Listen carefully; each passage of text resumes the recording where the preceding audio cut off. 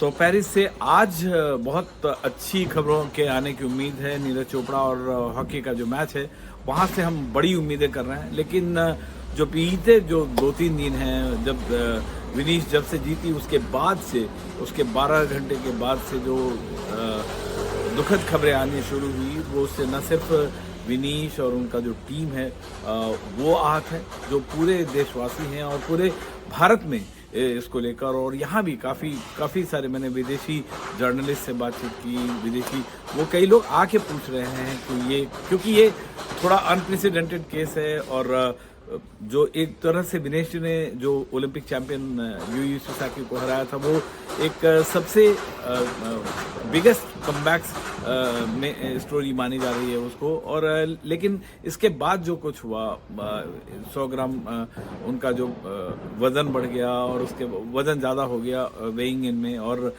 Final वो नहीं खेल पाई। और उसके बाद से वो लगातार बेचारी बीमार भी रही। और उन्होंने जो सबसे बुरी खबर है वो ये है कि उन्होंने संन्यास का फैसला ले लिया। लेकिन हम समझ सकते हैं कि खिलाड़ी किस मनस्थिति से गुजर रहा होगा।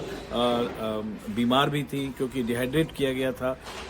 वज़न घटाने के लिए करीब 2 किलो 700 ग्राम घटाने के लिए 2 किलो 600 ग्राम उन्होंने घटा लिया। 100 ग्राम का जो मसला है वो रह गया, और ये 100 ग्राम बहुत भारी पड़ा 140 करोड़ भारतीयों के लिए, विनेश के लिए। और विनेश ने अपने करियर को एक तरह से अलविदा कह दिया। बहुत सही मनस्थिति में होना किसी के लिए भी इस समय बड़ा नामुमकिन जैसा है। और विनेश लगातार स्ट्रगल करती रही हैं, बचपन से स्ट्रगल किया। इसके बाद जब गेम्स में, ओलंपिक गेम्स की बात करें, रियो में उनका पैर ट्विस्ट कर गया लास्ट 10 सेकंड में, वरना वो मेडल की बहुत मजबूत दावेदार मानी जा रही थी। इसके बाद टोक्यो में उनके साथ कई सारी बातें हुई और वहाँ भी वो नहीं जीत पाई।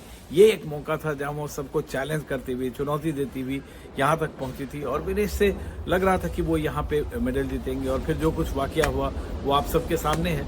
लेकिन विनेश का इस तरह से जाना जाहिर तौर पे खलेगा। और सिर्फ विनेश यहाँ नहीं चुकी हैं, इसके अलावा 6 और ऐसे मेडल हैं जहाँ ब्रॉन्ज मेडल में हमें चूक हुई। 7 मेडल आपके हाथ से आकर निकल गया है। और कई एक जो मनु भाकर ने जो स्टार्ट किया था, शूटर्स ने जो स्टार्ट किया था मसला, वो एक तरह से दुखद हो गया। लेकिन उम्मीद करते हैं कि आने वाले जो 2-3 हैं, रेसलर्स हैं, हॉकी है, नीरज चोपड़ा हैं, तो इन सब से अगर पदक की भरपाई होती है। लेकिन फिलहाल विनीश का इस तरह से जाना सबको खलेगा। और चैंपियन खिलाड़ी हैं, कई जो एक्सपर्ट्स हैं वो मानते हैं कि उससे बड़ा जो रेसलर है, उतना टैलेंटेड रेसलर आज तक भारत में हुआ ही नहीं है। खासकर महिला रेसलिंग की बात करें तो विनीश का जाना खलेगा ज़रूर। लेकिन जिस तरह से अनहोनी हो रही है, देखते हैं आगे क्या कुछ होता है। पेरिस से विमल मोहन, NDTV इंडिया।